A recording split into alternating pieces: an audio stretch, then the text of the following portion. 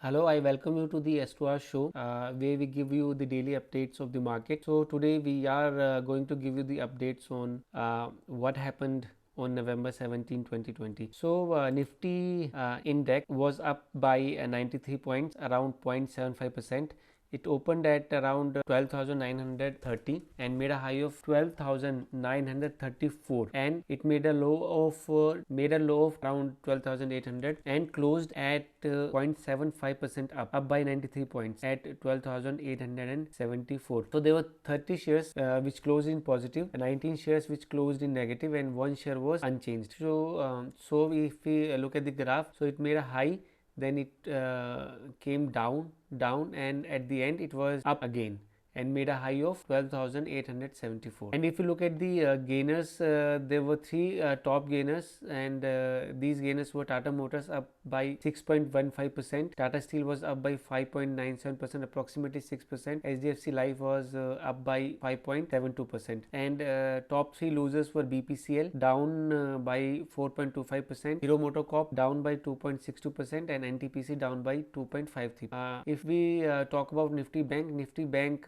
was up by 587 points. Again, it is trading higher and higher, and today it was up by around 2.05%. So the previous close of Nifty Bank was 28,600, and today it opened at 28,792, made a high of 29,240, and it made a low of 28,722, and it managed to close by 2% up, 587 points up at 29,181. So there were 11 shares which were in positive and one share was in negative, and 0 were unchanged. So Nifty Bank, it was moving higher and higher the entire day.